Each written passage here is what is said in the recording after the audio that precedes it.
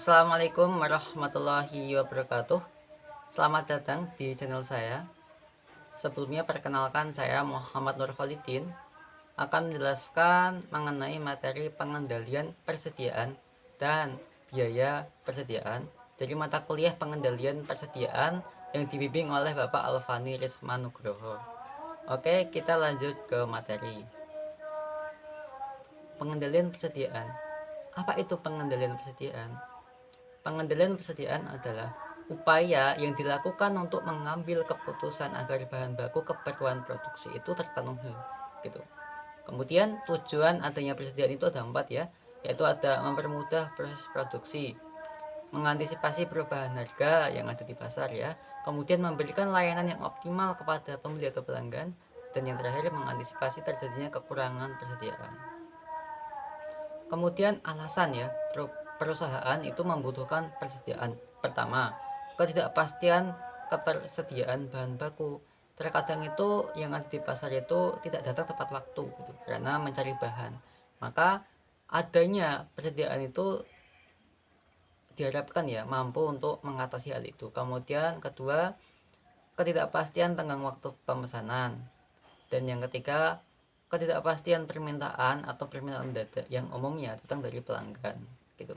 Biasanya mintanya itu sebentar, sedangkan spesifikasi produknya itu membutuhkan waktu yang lama. Maka adanya gudang atau persediaan yang telah dibuat barang itu terkadang akan memberikan dampak yang luar biasa ya.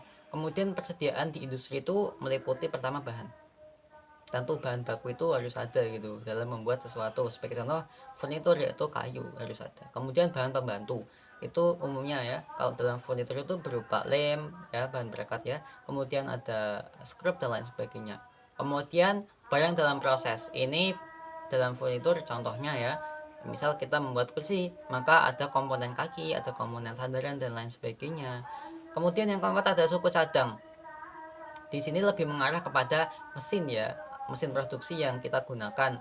Sebagai contoh lah ada barang atau underdeal dari mesin itu rusak, maka harapannya itu nggak mengganggu proses produksi karena sudah ada di gudang atau di persediaan gitu. Jadi suku cadang ini sangat penting ya agar tidak mengganggu proses produksi.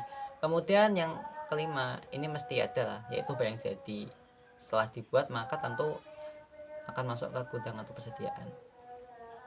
Kemudian ada konsep dasar persediaan, yaitu ada kapan melakukan pemesanan dan jumlah barang yang akan dipesan. Ya udah itu. Kemudian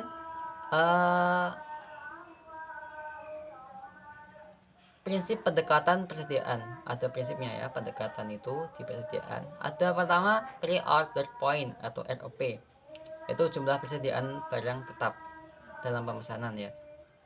Apabila jumlah tertentu dilakukan pemesanan kembali dan melakukan pengecekan secara rutin, ini analoginya ya, itu misalnya suatu perusahaan ya memiliki kapasitas persediaan itu 1000.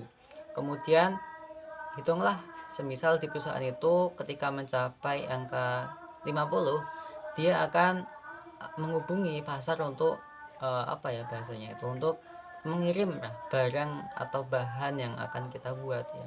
Jadi ketika sudah mencapai batasnya itu harapannya bahan yang ada di dalam gudang itu habis dan yang kita pesan datang gitu. Jadi harapannya seperti itu. Kemudian ada periodic review approach (PRA). Itu persediaan ditinjau dari interval waktu yang sama. Kemudian pemesanan kembali dengan jumlah sesuai keinginan atau berbeda-beda dalam rentang waktu yang berbeda juga. Kemudian cocok untuk swalayan. Ini contohnya semisal di suatu swalayan itu di bulan pertama itu untuk menyetok barang itu semisal 100 ya. Kemudian di akhir bulan dihitung ternyata tinggal sisa 10 gitu. Maka pada bulan itu dia harus membeli lagi sekitar 90 untuk mencapai stok 100-nya itu.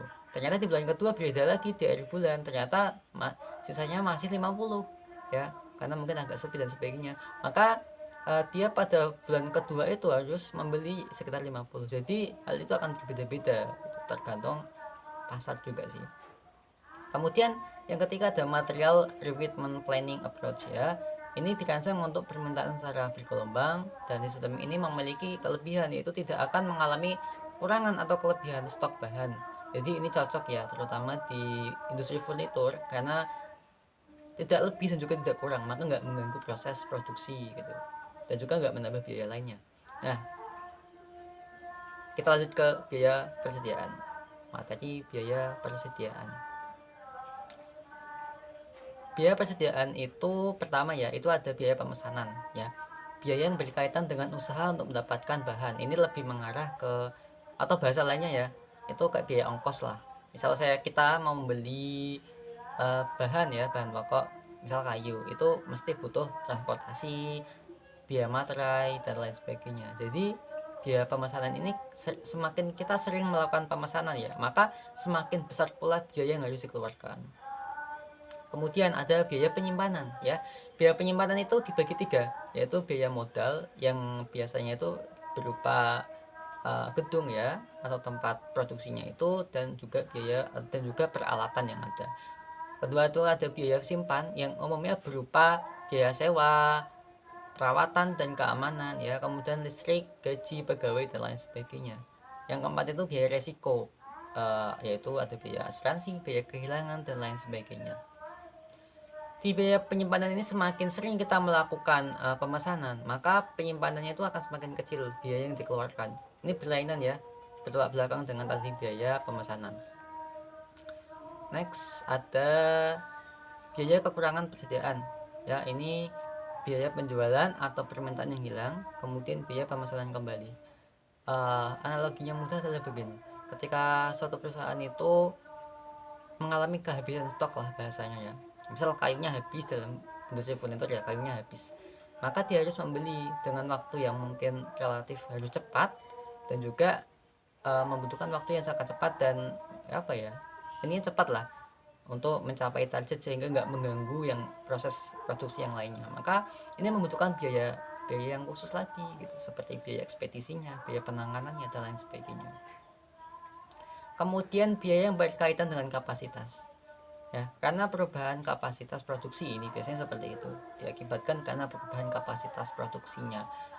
Nah, ini contohnya seperti biaya lembur, lalu biaya latihan tenaga kerja baru dan lain sebagainya. Jadi ini lebih mengarah kepada untuk menambah kapasitas yang ada di industri, baik berupa jumlah kualitas ataupun kuantitasnya. Kemudian ada biaya bahan. Nah, ini misal nih industri furnitur, tentu bahan utamanya adalah kayu, maka ini yang dibeli gitu. Biaya yang harus dibayar untuk memperoleh bahan atau barang yang dibeli dari supplier ya. Ini biaya utamanya biasanya ya, emang seperti itu. Biasanya ada furnitur, ada juga yang kayu, dan juga ada yang hybrid atau campuran ya, berkolaborasi lah dengan logam, biasanya seperti itu juga ada. Kemudian oke, cukup. Terima kasih yang dapat saya sampaikan. Apabila ada kesalahan mohon dimaafkan, karena saya juga masih belajar, masih butuh perbaikan, dan ketika ada kesalahan mohon dikoreksi di kolom komentar. Terima kasih. Wassalamualaikum warahmatullahi wabarakatuh.